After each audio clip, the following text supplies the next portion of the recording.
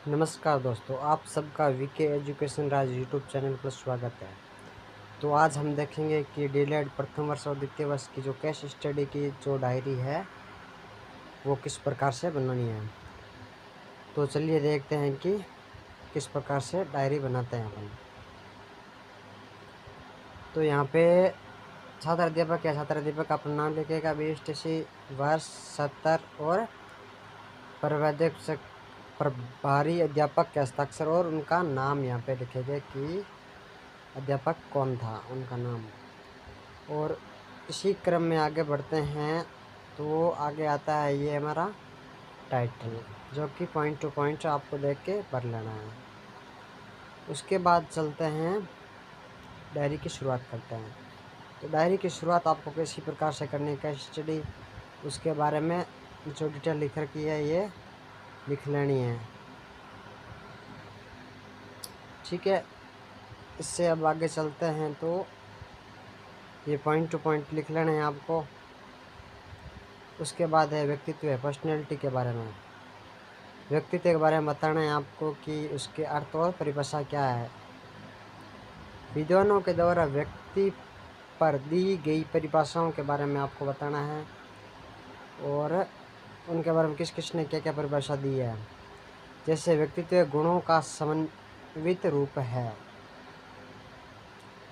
व्यक्तित्व के बारे में लिख लेना है। व्यक्तित्व को प्रभावित करने वाले कारक कौन कौन से हैं उनके बारे में लिखना है। जैसे वंशानुगत्य है, सामाजिक वातावरण का प्रभाव है, और आगे चले तो है परिवार का प्रभाव है, सांस्कृतिक वातावरण का प्रभाव है, तो आपको ये लिख लेना है।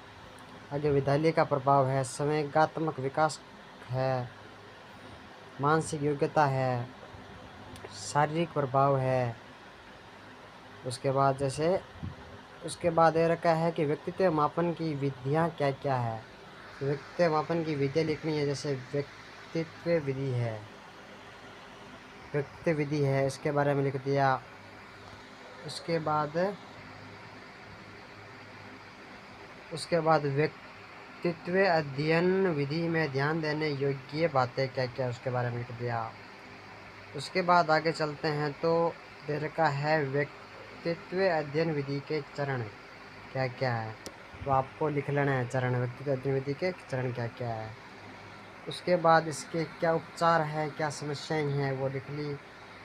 उसके बाद विद्यार्थी का एक यहाँ पे फ़ोटो चिपका लेना है और परिचयात्मक सूचनाएं लिखनी है कि बच्चे का क्या नाम है, वर्ष क्या है, कौन से धर्म से है, उसका लिंग क्या है, कौन सी क्लास से है, विद्यालय का नाम क्या है, वो लिख लेना है आपको। तो आगे बढ़ते हैं तो देखते हैं कि इसके कठिनाई उनके बारे में पारिवारिक जानकारी देनी है कि उनका क्या, माता का क्या नाम है, पिता का क्या नाम है, व्यवसाय के बारे में और कुल वार्षिक आय बारे में। इस प्रकार से परिवार के बारे में जानकारी देनी है। उसके बाद उसके स्वरूप के बारे में बताना है। उसके बाद स्वयं विद्यार्थी के विचार बताने हैं। और उसके बाद की बात करें तो विद्यार्थी के मित्रों व पड़ोसियों के वार्तालाप और विद्यार्थियों के परिवार की आर्थिक स्थिति के बारे में बताना है।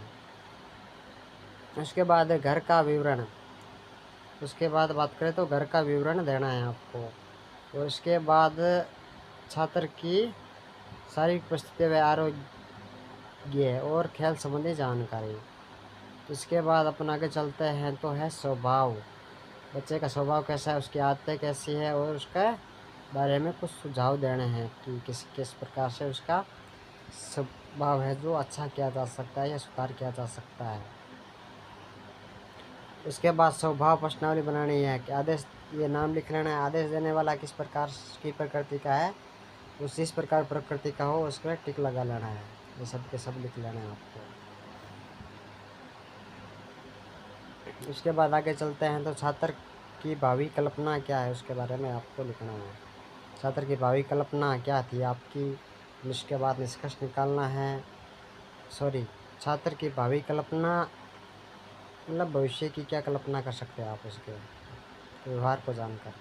उसके बाद निष्कर्ष हो गया। निष्कर्ष के बाद आगे चलते हैं तो डायरी अपन की निष्कर्ष तक इस प्रकार से कैश स्टडी की डायरी भी होती है समाप्त। तो आपको कैश स्टडी डायरी से समझ आ गई होगी। धन्यवाद।